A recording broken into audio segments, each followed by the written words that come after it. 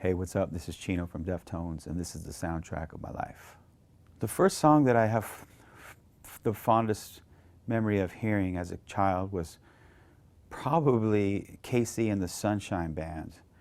I want to say it was Shake Your Booty by Casey and the Sunshine Band. I actually remember being like a toddler, seriously, like maybe 3 years old, riding in my dad's truck, like holding on to the top and standing in the back and like rocking out to that song, because Casey and the Sunshine Band is so metal. One of the first songs I probably remember really falling in love with had to probably be Do You Really Want to Hurt Me by Culture Club.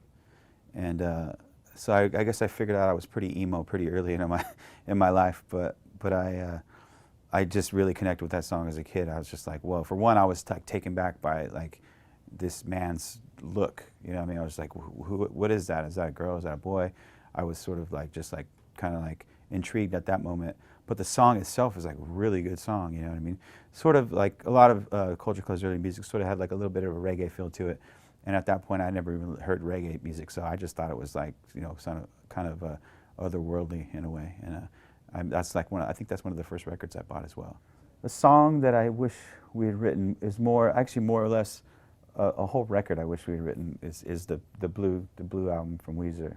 Those songs themselves are so like simple in a way, but like they're like they just penetrate. It's just like, you know, it's a great record. And I remember sitting back saying, man, I wish I was in that band, and I wish I had wrote this batch of songs, because they're so fun to play and so fun to sing. And we did, like early on, actually, we used to do like covers of, we used to actually sound check with like the whole record back, you know, like on the early days of like when we put out Adrenaline and stuff, and people used to like bug out because like here we are in this like metal band, and we're sitting here like sound checking with the whole first Weezer record. So a song that makes me want to dance all the time. I mean, there's a lot of those, I guess, but one song that every time I hear it, it just like I start shrugging my shoulders. It's a song by the Outkast. It's called "Screw It on the Barbie," and every time that song comes on, it's just like instantly it's time to stand up and boogie, for real. It's like it's a shoulder shrugger. Great band, but it's a great song. Well, recently a song that I can't get out of my head is any song by Justin Bieber. I end up by default listening to his latest singles every morning when I'm driving my daughter to school.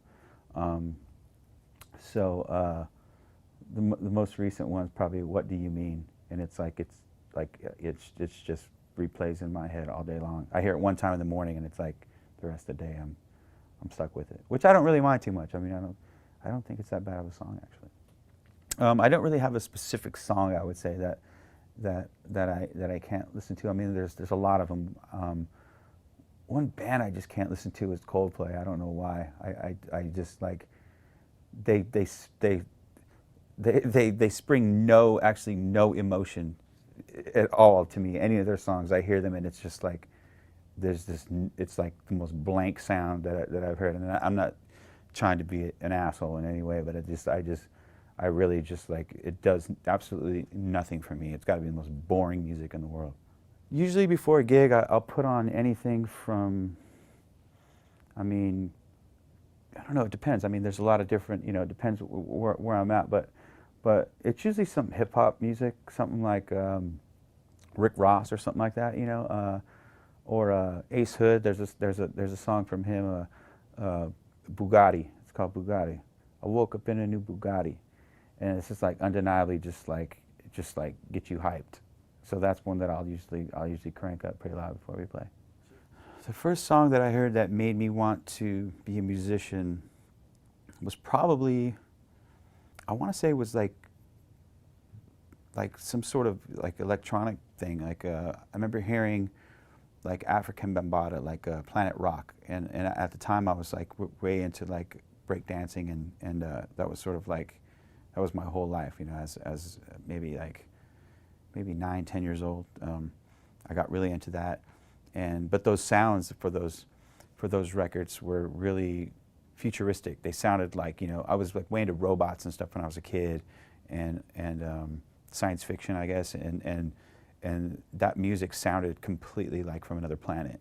And at that point, like I knew that I really wanted to like create music. I wanted to like do something futuristic of that sort. I mean, obviously, I took another path as far as like you know, our different style of music that we ended up creating as my job. But even to this day, I mean, electronic music still is I'm very passionate about it, and I think it's because of that.